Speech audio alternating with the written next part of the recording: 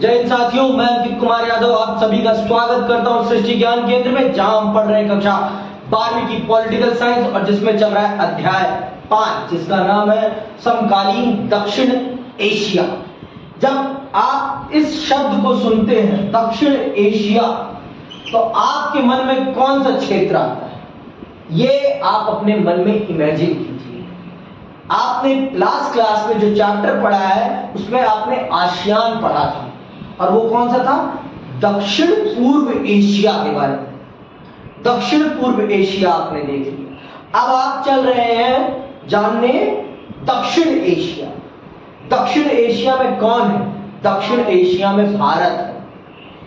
भारत है जिसे हम इंडिया कहते हैं, ठीक है। फिर कौन है?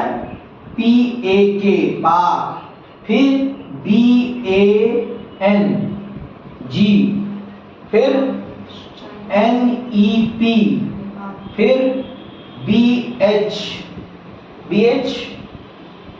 भूटान, ठीक है। फिर 1 2 3 4 5 है ना। फिर आता है आपका श्री। फिर कौन आता है? श्री मतलब श्रीलंका। हाँ।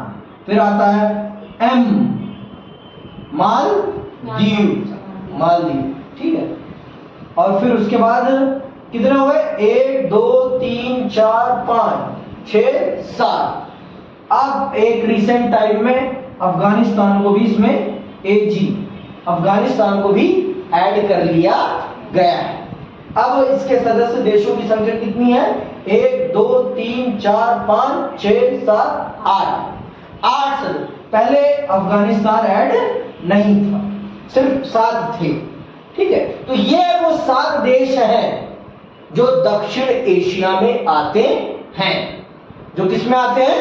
दक्षिण एशिया में, ठीक है। वैसे तो मालदीव्स भी आता है, म्यांमार, लेकिन म्यांमार किसका हिस्सा है? आसियान का हिस्सा है। उसने हमारे साथ ज्वाइन करने का नहीं सोचा। तो ये आप जान लीजिए, ये है वो दक्षिण एशिया। आप चल रहे हैं इसी के बारे में जानने और समझने। मुख्य तौर पर इनके बारे में, इनके रिश्तों के बारे में, इनके आपसी सहयोग के बारे में आप चल रहे हैं जानने और समझने कि कितना इनके बीच में आपसी सहयोग है और कितना इनके बीच में किन विषयों को लेकर टकराव है। आपसी टकराव किन बातों को लेकर है, वो कौन से विषय हैं जिनके कारण इनके बीच में आपसी टकराव है। इन बातों को चल रहे हैं आप बहुत गहराई से समझने और जानने। अगर आप इन बातों को बहुत अच्छे से जान लेंगे, समझ लेंगे, तो मैं आपको ये आश्वस्त करता हूं कि आप भारत की राजनीति को बहुत अच्छे से समझ जाएंगे और आज जो बांग्लादेश में स्थिति है इस चीज को भी बहुत बेहतरीन तरीके से समझ पाएंगे। लेकिन अगर आज की आपने इस चीज को आपने नहीं समझा तो आप कभी भी नहीं समझ पाएंगे। क्यों? आज भी बांग्लादेश में संकट है। बांग्लादेश में फिर तानाशाही क्यों आ रही है, फिर सेना ने टेक ओवर क्यों कर लिया है, इन सब बातों को आप तभी समझ पाएंगे, ठीक है। तो आप ये जान लीजिए कि भारत इसमें डोमिनेटिंग है। भारत इसमें डोमिनेटिंग है, वर्चस्वशाली है दक्षिण एशिया में। और यही वर्चस्व इसको पसंद नहीं आता, इसको पसंद नहीं आता। किसी को भी भारत का वर्चस्व पसंद नहीं आता, किसी को भी भारत का वर्चस्व पसंद नहीं आता। अब भारत इस क्षेत्र में सबसे प्रमुख भूमिका निभाता है। आप उसका भूगोल देखें, आप उसका क्षेत्रफल देखें, तो आपको अपने आप ये दिख जाएगा कि दक्षिण एशिया का डोमिनेटिंग देश कौन है। दक्षिण एशिया का डोमिनेटिंग देश भारत है, लेकिन उसके सहयोगियों के साथ उसकी वो डोमिनेशन जब दिखती है तो उसके रिश्तों में खटास आती है, रिश्तों में खटास आती है। और इनके ऐसा नहीं है कि सिर्फ भारत के साथ ही इनके कॉन्फ्लिक्ट हैं, इनके आपसी कॉन्फ्लिक्ट भी हैं, इनके आपसी कॉन्फ्लिक्ट भी हैं। तो इन सब चीजों को हम चल रहे हैं समझने और जानने कि हम आसियान क्यों नहीं बन पा रहे हैं, हम यूरोपीय संघ क्यों नहीं बन पा रहे हैं, हम क्यों एक बेहतरीन क्षेत्रीय संगठन नहीं बन पा रहे? इसके पीछे क्या कारण है? वो कौन सी समस्याएं हैं जो हमारे क्षेत्रीय संगठन को आसियान जैसी सफलता प्रदान करने नहीं दे रहा है? वो कौन सी समस्याएं हैं? इन समस्याओं को समझना हम सब के लिए बहुत जरूरी है, क्योंकि अगर हम इन समस्याओं को नहीं समझेंगे तो हम इस देश को नहीं समझ पाएंगे, इस संसार को नहीं समझ पाएंगे, इस विश्व को नहीं समझ पाएंगे और राजनीति को तो खासकर नहीं समझ पाएंगे। राजनीति को समझने के लिए हमें भूगोल को समझना बहुत जरूरी है, संसाधनों को समझना बहुत जरूरी है, आपसी हितों को समझना बहुत जरूरी है। आपसी हितों के बिना कोई रिश्ता कायम नहीं होता। ये बात आप जान लो कि सबका एक दूसरे से हित जुड़ा होता है, बिना हित के कोई किसी से दोस्ती नहीं करता। ये बात बहुत बड़ी बात है। तो आइए पहले समझ लेते हैं कि इस चैप्टर में प्रमुख तौर पर हम किन बिंदुओं को पढ़ेंगे और समझने का प्रयास करेंगे। सुनिएगा बहुत ध्यान से। आइए अब हम शीत युद्ध के दौर में विश्व के एक बड़े फलक पर हुए बदलाव से नजर हटाकर अपना ध्यान अपने क्षेत्र यानी दक्षिण एशिया की ओर मोड़े। 20वीं सदी के आखिरी सालों में जब भारत और पाकिस्तान ने खुद को परमाणु शक्ति संपन्न राष्ट्रों की बिरादरी में बैठा लिया तो यह क्षेत्र अचानक पूरे विश्व की नजर में महत्वपूर्ण हो उठा। क्यों? क्योंकि परमाणु शक्ति संपन्न राष्ट्र हम बन गए और हम दोनों का परमाणु शक्ति संपन्न बनना विश्व बिरादरी के लिए खतरा जैसा पैदा हो गया। क्यों? क्योंकि हम तो बम नहीं चलाएंगे कभी, लेकिन ये एक मूर्खों वाला देश है, यहां सनकी रहते हैं, ये सनकियों का देश है, यहां जनता के हिसाब से कुछ नहीं होता, यहां होता है किसके हिसाब से? सेना के हिसाब से। ये देश सेना के हिसाब से चलता है, जनता के मत के हिसाब से तो कभी नहीं चलता।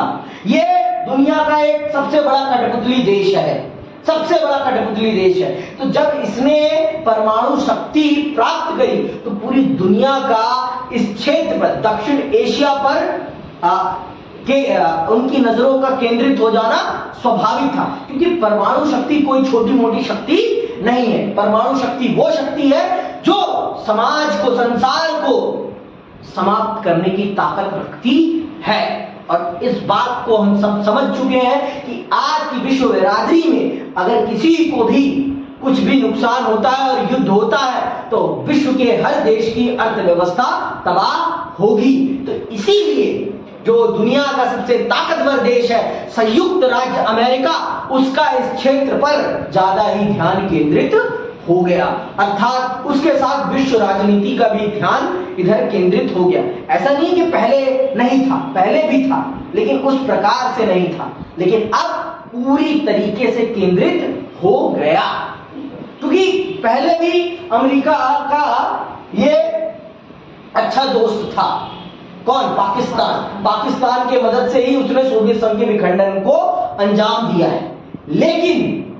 लेकिन अब ये बहुत ज्यादा महत्वपूर्ण हो गया, बहुत ही ज्यादा, क्योंकि ये एक परमाणु शक्ति संपन्न राष्ट्र बन गया। और अमेरिका भी जानता है कि इस देश में आतंकवाद है और अगर इन आतंकवादियों के हाथ गलती से भी परमाणु शक्ति लग जाएगी तो ये पूरी दुनिया को तबाह कर सकते हैं। इसीलिए अमेरिका का उस पर ज्यादा फोकस हो गया।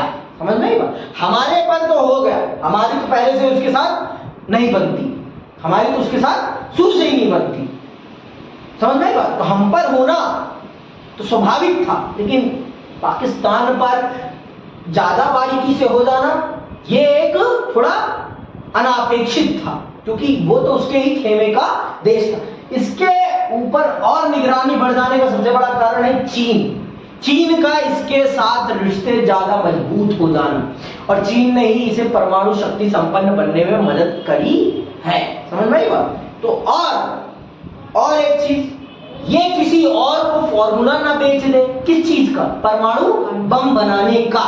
इस चीज की भी एश्योरिटी रखना अमेरिका के लिए बहुत जरूरी है, क्योंकि अगर सबके पास परमाणु बम आ गया तो फिर अमेरिका का ये जो चौधरी बनने का, सरपंच बनने का जो एटीट्यूड है, उस एटीट्यूड में अपने आप कमी आ जाएगी। समझ में आई बात? क्योंकि वो एक अलग ताकत रखता है, इसीलिए वो पूरी दुनिया को डोमिनेट करता है। ये परमाणु शक्ति की जो क्षमता है उसको उसने सीमित करवा के रखा है, जिससे कि उसकी शक्ति बनी रहे। अगर ये शक्ति असीमित हो जाएगी, सबके पास पहुंच जाएगी, तो कौन आपसे डरेगा? आप उसको आंख दिखाओगे तो वो भी आपको आंख दिखा देगा। वो साफ साफ कहेगा, बेटा तू मुझे मारेगा, मेरा तो कम नुकसान होगा, अगर मैं मारूंगा तो तेरा ज्यादा नुकसान होगा। ये बात जान ले तू। तो आप खुद ब खुद डरोगे कि कहीं ये मुझ पर बम न छोड़ दे। समझ रही बात? आज अगर हम पाकिस्तान से लड़ते हैं तो पाकिस्तान का कम नुकसान होगा, हमारा ज्यादा होगा, क्योंकि हम संपन्न हो चुके हैं, हम उस गरीबी की गर्द से बाहर निकल आए हैं और पाकिस्तान उसी गरीबी की गर्द में है।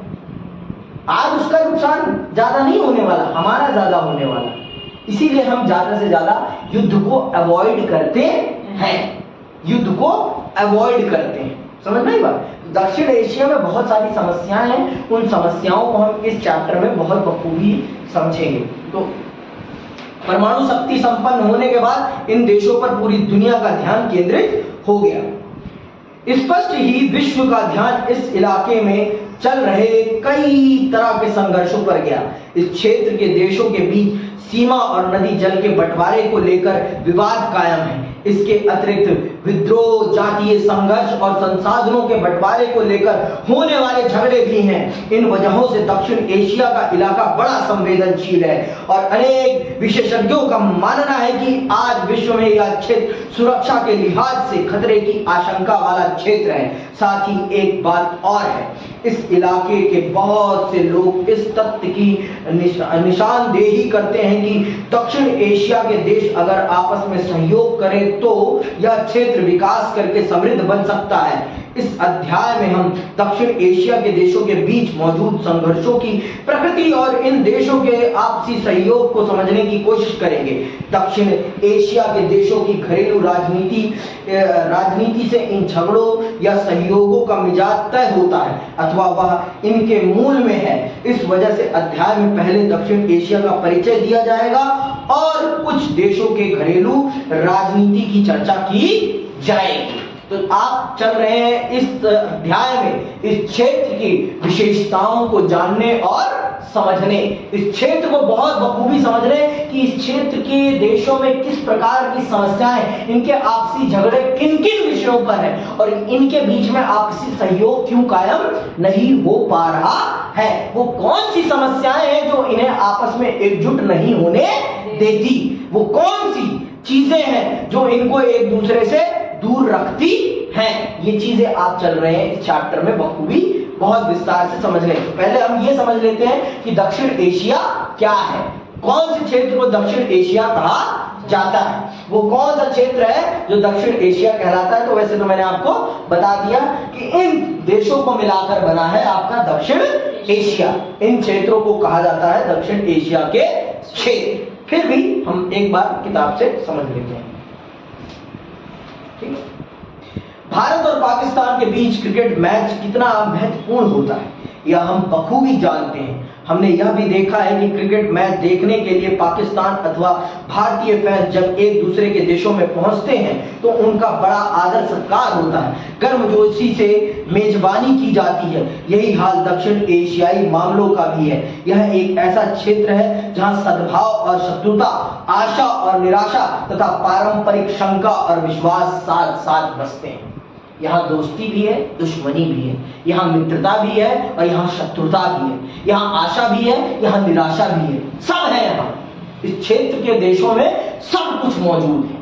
आप ये जान लीजिए, हम पाकिस्तान को अपना सबसे बड़ा दुश्मन मानते हैं, हम चाहे माने या ना माने, पर वो हमें बहुत बड़ा मानते हैं, वो हमें अपना सबसे जिगरी दुश्मन मानते हैं, लेकिन हमसे ही सबसे ज्यादा उन्हें सबसे ज्यादा फायदा भी हम ही से है। समझ में आई बात? तो ये बातें हमें समझनी पड़ेगी। अगर हम दोनों, ये दोनों देश एकजुट हो जाएं तो दुनिया की ताकत बन सकते हैं, लेकिन ये संभव ही नहीं है कि हम दोनों कभी एकजुट हो सकें। हम दोनों एकजुट हो सकें ये संभव ही नहीं है, और ये संभव ना होने के कारण ही हमारे बीच में बहुत सारे कॉन्फ्लिक्ट्स हैं, हमारे बीच में बहुत सारे कॉन्फ्लिक्ट्स हैं। तो जैसे आप मान लो, जैसे कि सांप और नेवला होता है ना, वैसी है कुछ हमारे रिश्ते कुछ वैसे ही हैं, सांप नेवले वाला, समझ में बात, या बिल्ली और चूहे वाला, बिल्ली और चूहे वाला। बॉर्डर पे तो ऐसा है, लेकिन लोगों के बीच में इतना द्वेष नहीं है। देखो, हर देश में कट्टर लोग होते हैं, हर देश में समझदार लोग होते हैं। हमारे देश में भी कट्टर लोग हैं, उनके देश में भी कट्टर लोग हैं, जो धर्म के नाम पर एक दूसरे का गला काटने के लिए तैयार है। अभी बांग्लादेश में भी आपको ये देखने को मिल रहा होगा। ऐसा नहीं है कि वहां अच्छे लोग नहीं है, अच्छे लोग हैं, लेकिन बुरे भी हैं, जो अपने ही समाज की बेइज्जती कराने में कोई कसर नहीं छोड़ रहे हैं। समझ में आई बात? आप ईश्वर का नाम लेकर लोगों की हत्या कर रहे हैं, आप लोगों का घर जला रहे हैं, और आप कह रहे हैं कि आप बहुत अच्छा काम कर रहे हैं। समझ में आई बात?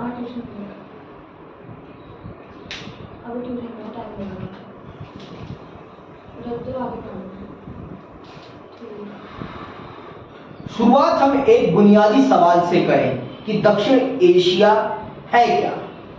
ये सबसे पहले तो हमें ये समझना बहुत जरूरी है कि दक्षिण एशिया है क्या, कौन से क्षेत्र को दक्षिण एशिया कहा जाता है। जब तक हमें इस चीज के बारे में नहीं पता होगा, तब तक हम और विषयों को तो बहुत अच्छे से समझ ही नहीं पाएंगे। अगर हमें बहुत अच्छे से चीजों को समझना है, तो हमें सबसे पहले उस क्षेत्र को समझना पड़ेगा जिस क्षेत्र को दक्षिण एशिया कहा जाता है। सुनना ध्यान से, कौन कौन से देश हैं। अमूमन बांग्लादेश, भूटान, भारत, मालदीव, नेपाल, पाकिस्तान और श्रीलंका को इंगित करने के लिए दक्षिण एशिया पद का व्यवहार किया जाता है। उत्तर की विशाल हिमालय पर्वतीय श्रृंखला, दक्षिण का हिंद महासागर, पश्चिम का अरब सागर और पूर्व में मौजूद बंगाल की खाड़ी से यह इलाका एक विशिष्ट प्राकृतिक क्षेत्र के रूप में नजर आता है। यह भौगोलिक विशिष्टता की इस उप महाद्वीपीय क्षेत्र के भाषाई, सामाजिक तथा सांस्कृतिक अनूठेपन के लिए जिम्मेदार है। इस क्षेत्र की चर्चा में जब तब अफगानिस्तान और म्यांमार को भी शामिल किया जाता है। चीन इस क्षेत्र का एक प्रमुख देश है, लेकिन चीन को दक्षिण एशिया का अंग नहीं माना जाता। इस अध्याय में हम दक्षिण एशिया पद का इस्तेमाल उपयुक्त 7 देशों के लिए करेंगे। इस तरह परिभाषित दक्षिण एशिया हर अर्थ में विविधताओं से भरा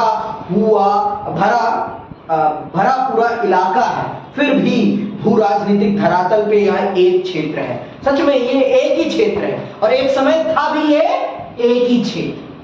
मैंने आपको बता ही रखा कि अखंड भारत कितना बड़ा था, तो जो अखंड भारत के हिस्से थे वही दक्षिण एशिया है, और चीन भी होते हुए भी दक्षिण एशिया का पार्ट नहीं, क्योंकि उसके और इस क्षेत्र के बीच में एक बहुत बड़ी पर्वतीय श्रृंखला है जो उनको आपस में विभाजित कर देती है।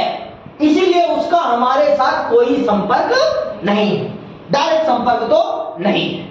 ये बात आप जान लीजिए, उसका हमसे कोई डायरेक्ट संपर्क नहीं है। ना उसकी संस्कृति हमसे मैच खाती है, ना भाषा हमसे मैच खाती है, ना भोजन हमसे मैच खाता, कुछ भी नहीं खाता मैच। लेकिन इस क्षेत्र में आप जाएंगे तो इस क्षेत्र के देशों में आपको कुछ ना कुछ समानता जरूर मिलेगी, कुछ ना कुछ समानता जरूर मिलेगी। ये बात आप नोट कर लीजिए, चाहे वो भाषीय समानता हो, चाहे वो भोजन की समानता हो, कुछ ना कुछ तो समानता है। ऐतिहासिक समानता तो है ही है, ऐतिहासिक समानता को तो हम भूल ही नहीं सकते, क्योंकि ये पूरा क्षेत्र एक समय पर एक ही देश का पार्ट था, एक ही क्षेत्र देश का। आप जब अशोक पढ़ रहे तो आपको मैंने बता ही दिया कि अखंड भारत में हम तक्षशिला, आज के अफगानिस्तान तक हमारा क्षेत्र था, तक्षशिला हमारा क्षेत्र था।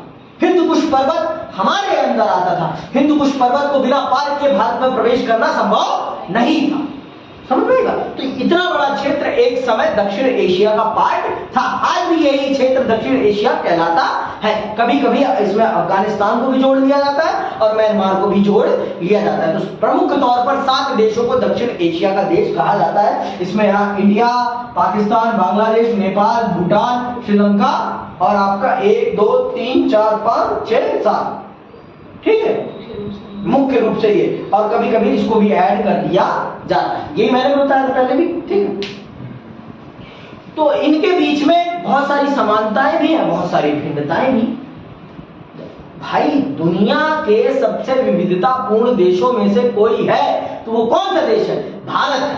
भारत से ज्यादा विविधता इस देश दुनिया में कहीं नहीं है, किसी एक देश के अंदर, किसी भी एक देश के अंदर भारत जितनी विविधता किसी भी देश में नहीं। चाहे वो भौगोलिक विविधता ले लीजिए, चाहे वो भाषीय विविधता ले लीजिए, चाहे वो धार्मिक विविधता ले लीजिए, चाहे वो और खान पान की विविधता, हर प्रकार की विविधता भारत में मौजूद है। चाहे आप ऋतुओं की विविधता देख सकते हैं, हर चीज की विविधता भारत में आपको देखने को मिल जाती है और इन क्षेत्रों में भी देखने को मिल जाती है, क्योंकि ये एक समय भारत का ही अंग थे। ठीक है। दक्षिण एशिया के विभिन्न देशों में एक सी राजनीतिक प्रणाली नहीं है, एक सी राजनीतिक प्रणाली नहीं। जहां भारत लोकतंत्र का अनुसरण करता है और जहां श्रीलंका भी लोकतंत्र का अनुसरण करता है, नेपाल भी अब लोकतंत्र का अनुसरण करने लगा, पहले वहां राजशाही थी, भूटान में भी पहले राजशाही थी, और पाकिस्तान की स्थिति पता ही है, नामात्र का लोकतंत्र है, और बांग्लादेश की भी स्थिति आप देख ही रही हैं, और मालदीव में भी लोकतंत्र है अभी तो एट ए टाइम, लेकिन इनकी पॉलिटिकल स्टेबिलिटी नहीं रहती। एक भारत में रहती है पॉलिटिकल स्टेबिलिटी और श्रीलंका में भी रहती है, लेकिन अभी कुछ समय पहले तक वहां भी नहीं थी। ठीक है। अनेक समस्याओं और सीमाओं के बावजूद भारत और श्रीलंका में ब्रिटेन से आजाद होने के बाद लोकतांत्रिक व्यवस्था सफलतापूर्वक कायम है। भारत में लोकतंत्र के विकास के बारे में आप एक और किताब में विस्तार से पढ़ेंगे। आपकी जो आगामी किताब है वो आपको इसके बारे में विस्तार पूर्वक समझाएगी कि भारत में लोकतंत्र कैसे है, कैसे विकसित हुआ, ये लोकतांत्रिक पद्धति हमारे देश में कैसे उभरी, इस चीज को हम बहुत विस्तार से समझेंगे। आगे सुनिए। भारत में लोकतंत्र के विकास के बारे में आप एक और किताब में विस्तार से पढ़ेंगे। इस किताब में आजादी के बाद के दिनों की भारतीय राजनीति की चर्चा की गई है। भारत के लोकतंत्र की बहुत सारी सीमाओं की तरफ इंगित किया जा सकता है, लेकिन हमें याद रखना चाहिए कि एक राष्ट्र के रूप में भारत हमेशा लोकतांत्रिक रहा है। यही बात श्रीलंका पर भी लागू होती है। पाकिस्तान और बांग्लादेश में लोकतांत्रिक और सैनिक दोनों तरह के नेताओं का शासन रहा है। शीत युद्ध के बाद के सालों में बांग्लादेश में लोकतंत्र कायम रहा। पाकिस्तान में शीत युद्ध के बाद के सालों में लगातार दो लोकतांत्रिक सरकारें बनी। पहली सरकार बेनजीर भुट्टो और दूसरी नवाज शरीफ के नेतृत्व में कायम हुई, लेकिन इसके बाद 1999 में पाकिस्तान में सैनिक तख्ता पलट हुआ। 2008 से फिर से यहाँ लोकतांत्रिक शासन है। 2006 तक नेपाल में संवैधानिक राजतंत्र था और इस बात का खतरा बराबर बना हुआ था कि राजा अपने हाथ में कार्यपालिका की सारी शक्तियां लेगा। 2008 में राजतंत्र को खत्म किया और नेपाल एक लोकतांत्रिक गणराज्य के रूप में उभरा। बांग्लादेश और नेपाल के अनुभवों के आधार पर हम कह सकते हैं कि पूरे एशिया में लोकतंत्र एक स्वीकृत मूल्य बन चला है। मतलब इस देश की जनता की इच्छा तो लोकतांत्रिक शासन के अनुसार ही चलने की है, लेकिन जो लोग सत्ता में होते हैं वो लोग अपनी ताकत को आबाद बनाने के लिए लोकतांत्रिक प्रणाली को हमेशा खंडित करने का काम करते हैं। ये हमेशा से रहा है। जो अपनी ताकत को वो असीमित ताकत बनाना चाहते हैं और वो असीमित ताकत बनाने के चक्कर में इस देश के इन क्षेत्रों के लोकतंत्रों के साथ खेल जाते हैं। बहुत बार पाकिस्तान में इस चीज का उदाहरण और बांग्लादेश में भी इसका उदाहरण हमें देखने को मिला है। नेपाल में भी इसका उदाहरण हमें देखने को मिला है। तो ये आप जान लीजिए कि यहाँ की जनता में तो लोकतंत्र के प्रति प्रेम है, परंतु जो लोग शासन में आते हैं उनके अंदर तानाशाही की प्रवृत्तियां पैदा हो जाती हैं, जिस कारण से वो यहाँ के लोकतंत्र को तबाह कर देते हैं। यहाँ के लोकतंत्र को वो तबाह कर देते हैं और समाज को खंडित कर देते हैं। दक्षिण एशिया के दो सबसे छोटे देशों में भी ऐसे ही बदलाव की बयार बह रही है। भूटान 2008 में संवैधानिक राजतंत्र बन गया।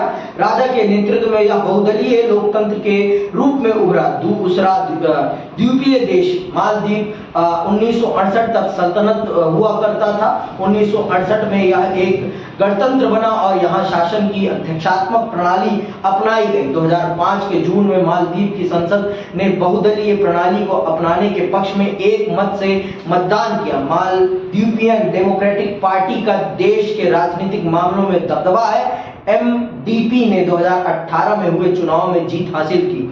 दक्षिण एशिया में लोकतंत्र का रिकॉर्ड मिला जुला रहा है। इसके बावजूद दक्षिण एशियाई देशों की जनता लोकतंत्र की आकांक्षाओं में सहभागी है। इस क्षेत्र के 5 बड़े देशों में हाल ही में एक सर्वेक्षण किया गया था। सर्वेक्षण से यह बात जाहिर हुई कि इन 5 देशों में लोकतंत्र को व्यापक जन समर्थन हासिल है। इन देशों में हर वर्ग और धर्म के आम नागरिक लोकतंत्र को अच्छा मानते हैं और प्रतिनिधित्व मूलक लोकतंत्र की संस्थाओं का समर्थन करते हैं। इन देशों के लोग शासन की किसी और प्रणाली की अपेक्षा लोकतंत्र को वरीयता देते हैं और मानते हैं कि उनके देश के लिए लोकतंत्र ही ठीक है। ये निष्कर्ष बड़े महत्वपूर्ण हैं क्योंकि पहले से माना जाता रहा है कि लोकतंत्र सिर्फ विश्व के धनी देशों में फल फूल सकता है। इस लिहाज से देखें तो दक्षिण एशिया के लोकतंत्र के अनुभव से लोकतंत्र की वैश्विक कल्पना का दायरा बढ़ा है। तो आप ये जान लीजिए कि जो इस क्षेत्र के जो सबसे बड़े देश हैं, चाहे वो भारत हो, चाहे वो पाकिस्तान हो, चाहे वो बांग्लादेश हो, चाहे वो नेपाल हो, चाहे वो श्रीलंका हो, इन देशों में इस देशों की जनता की फर्स्ट प्रेफरेंस अगर पॉलिटिकल रूलिंग की है तो वो क्या है? डेमोक्रेसी है, लोकतंत्र। यहाँ की जनता पहली पसंद के तौर पर राजनीतिक कार्य प्रणाली को या राजनीतिक प्रणाली को स्वीकारती है। तो कौन सी? लोकतंत्रात्मक राजनीतिक प्रणाली को, लोकतंत्रात्मक प्रतिनिधित्व मूलक प्रणाली को ही स्वीकारती है। और यहाँ की जनता इस बात को मानती है कि शासन लोकतंत्र के अनुसार ही चलना चाहिए। और इस चीज को कायम रखने में सबसे बड़ी भूमिका निभाई है भारत ने, क्योंकि भारत ने कभी भी अपने लोकतंत्र को बर्बाद होने नहीं दिया। एक्सेप्ट 1975 टू 1977 ये इमरजेंसी पीरियड के अलावा भारत के लोकतंत्र में कभी भी किसी भी प्रकार की बाधा नहीं आई है। समझ में आई बात? तो इसके अलावा भारत में कभी भी आप ये नहीं कह सकते कि भारत का लोकतंत्र खतरे में रहा है। इस समय काल में भी लोकतंत्र को जल्दी ही बहाल कर दिया गया। तो ये आप जान लीजिए कि इस क्षेत्र में लोकतंत्र को ही सबसे ज्यादा समर्थन मिलता है। इस क्षेत्र की जनता लोकतंत्र में ही सबसे ज्यादा विश्वास करती है और ऐसा विश्वास इसलिए करती है क्योंकि भारत में इसका असर दिखाई पड़ता है और कोई भी अंधा नहीं है। सबको दिखता है कि लोकतंत्र होने से देश के विकास में, जनता के विकास में क्या फर्क पड़ता है। जनता का विकास किस प्रकार से होता है, जनता की राजनीतिक स्वतंत्रता कितनी होती है, इन सब चीजों को जनता भी, दूसरे देशों की भी जनता देखती है और इस चीज को अप्रिशिएट करती है कि भारत का लोकतंत्र बहुत मजबूत है और बहुत ही निष्पक्ष है। पूरी दुनिया, इस क्षेत्र के सभी देश इस चीज को मानते हैं और मैं भी ये मानता हूं कि भारत के लोकतंत्र को बहुत अच्छी मजबूती प्रदान करी गई और भारत की जनता बहुत अच्छे से अवेयर है अपने हकों के प्रति। इसलिए भारत का लोकतंत्र बहुत ही मजबूत और सशक्त है और भारत की सेना कभी भी भारत के लोकतंत्र को कोलैप्स करने की कोशिश नहीं करती, पाकिस्तान की तरह और ना ही बांग्लादेश की तरह। तो इसलिए हमारे देश का लोकतंत्र सबसे बेहतरीन लोकतंत्रों में से एक है। तो इस क्षेत्र के जितने भी बड़े देश हैं, सातों के साथ लोकतंत्र को फेवर करते हैं और ये सर्वेक्षण आप देख सकते हैं, इसमें आपको पता चल जाएगा कि ज्यादातर लोगों ने लोकतंत्र को ही सपोर्ट किया है। तो आज के लिए बस इतना ही। अगली क्लास में और विस्तार से समझेंगे आगे के विषयों को। जय हिंद, जय भारत।